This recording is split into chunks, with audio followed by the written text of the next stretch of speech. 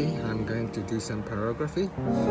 Since we're in lockdown, I can't do anything, so I'm just going to do this kind of new hobby that I have. I've already marked out the pictures.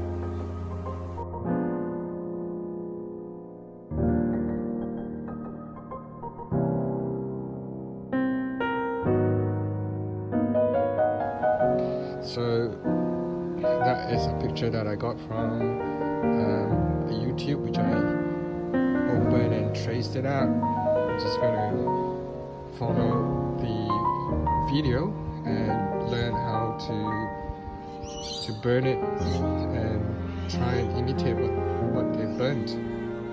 So everything's ready to go. I've got the pyrography burners, and I'm outdoor. I've got my speaker, iPad for movie, wine obviously, and that's just the ones I did previously, and just to clean out the tips. Such a nice weather today. Too bad can't go out for riding. Alright, so let's see, which tip shall I use to start off? I'm going to use this tip one, and it's cold here, so it'll probably take a while for it to heat up. So yes, it's not heated up yet.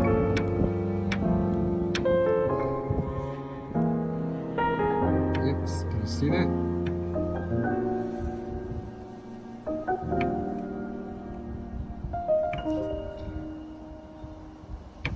Probably had it too high a setting.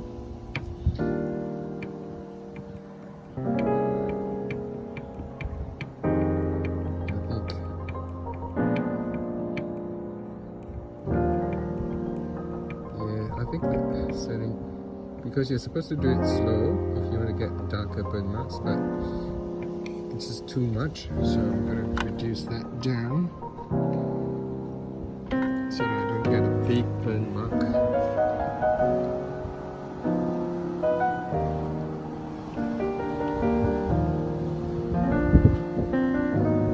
So I need to find out the right pace, so it's a bit slow then. Not a bit too low. Just increase it a little bit. And so that's why it's good to have a test piece here, just to find out. Okay, so if I want to shade, I have to be fast.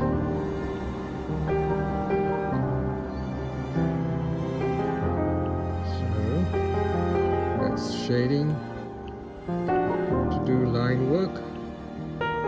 Go at an edge and make it slow. Oh, it's still too high. That's too high. You can see that it burned too quickly. Yeah, that's probably better. Okay, now let's do the shading.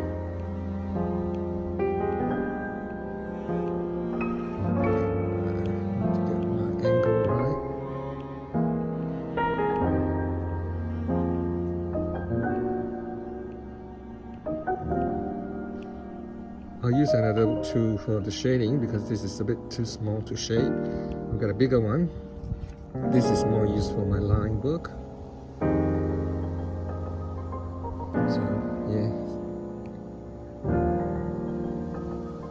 the slower you go, the darker it will be.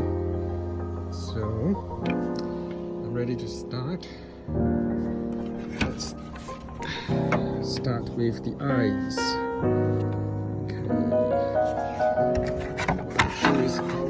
Turn it around, make it easier for me to do the eyes.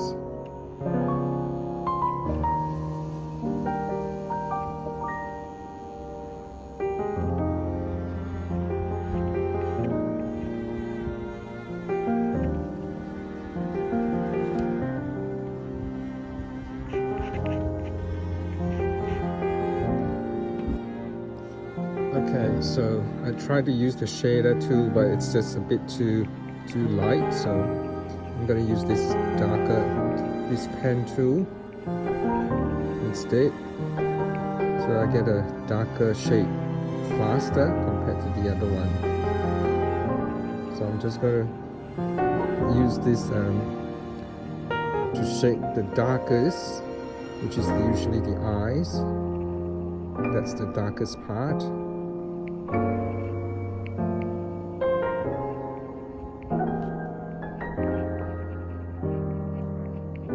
So you need to have lots of patience with this. It's always best to burn than overburn, because if you overburn, you can't really unburn it, but you can always burn a little bit darker if you need to. So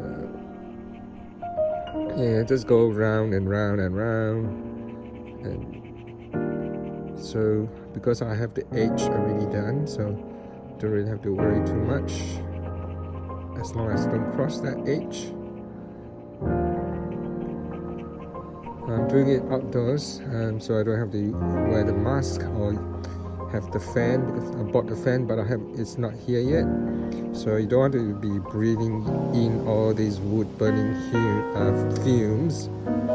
So outdoor is good because then it burns, but the disadvantage is that the tips go cold easily depending on the weather and the temperature,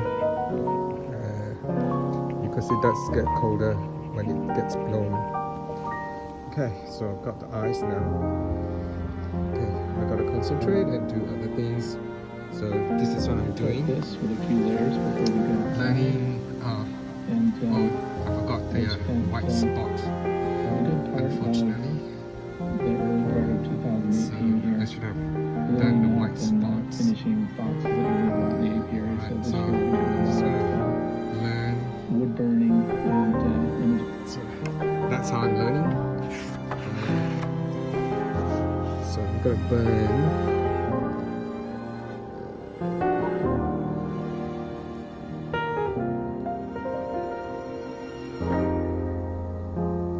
Doesn't matter if it's not exactly. The other thing is I should have sanded this board, but because I don't have the time, I don't have sandpaper. Bunnings is closed, as in you have to do click and collect. It's a little bit hard, so I didn't get the sandpaper, because you're supposed to sand it, make it smoother. But this is a cheap piece of wood from the arts and crafts, so it's not an actual piece of wood. Normally you burn it on a wood piece, but this is just for practice, because I'm waiting for my beehive to arrive before I burn it on my beehive to personalize it, you know. So this must be boring for everyone, but at least I have something to do during the lockdown.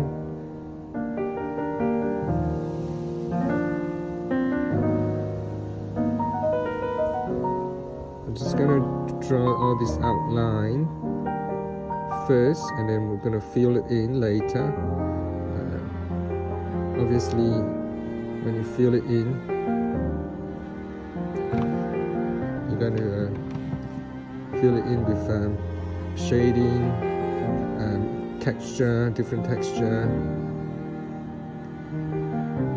So that's just the hook at the end of the feet.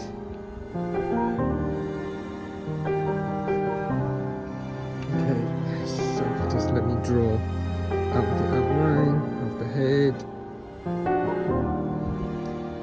One thing is don't stop like what I did just now. You'll burn a bigger, it burns bigger. So the other thing is, you always turn your board if the angle is not right. So I'm just gonna burn a little bit like out of that screen so that it's more 3D.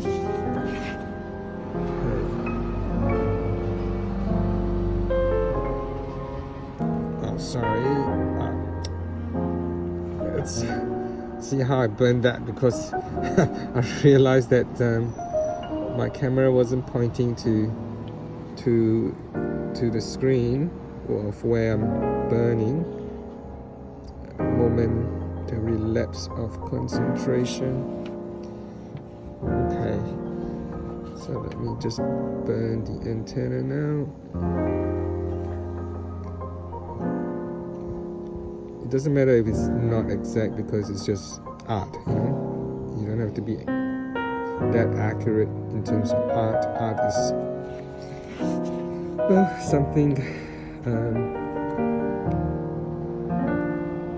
special. Every little stroke is special to that piece of art, as long as it's not too big. Some things you can correct, some things you can't. Okay, so like I said, I'm doing the outline first of the antenna.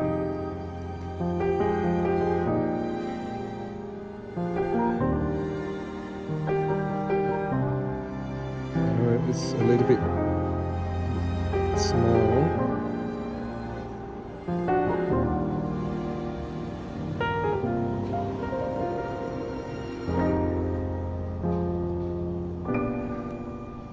I'm just doing the different segments, you know. I have segments in all this antenna. Just doing that.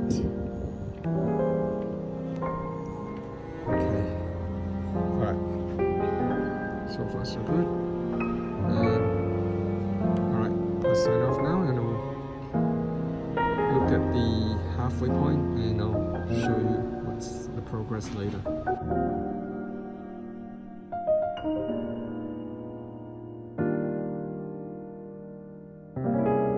Okay, this is about halfway. Haven't put in most of the hairs yet because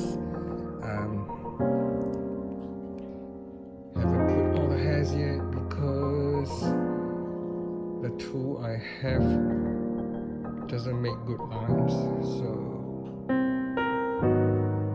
gonna add the hairs later with a different tool, but so far so good. Okay, this is how I am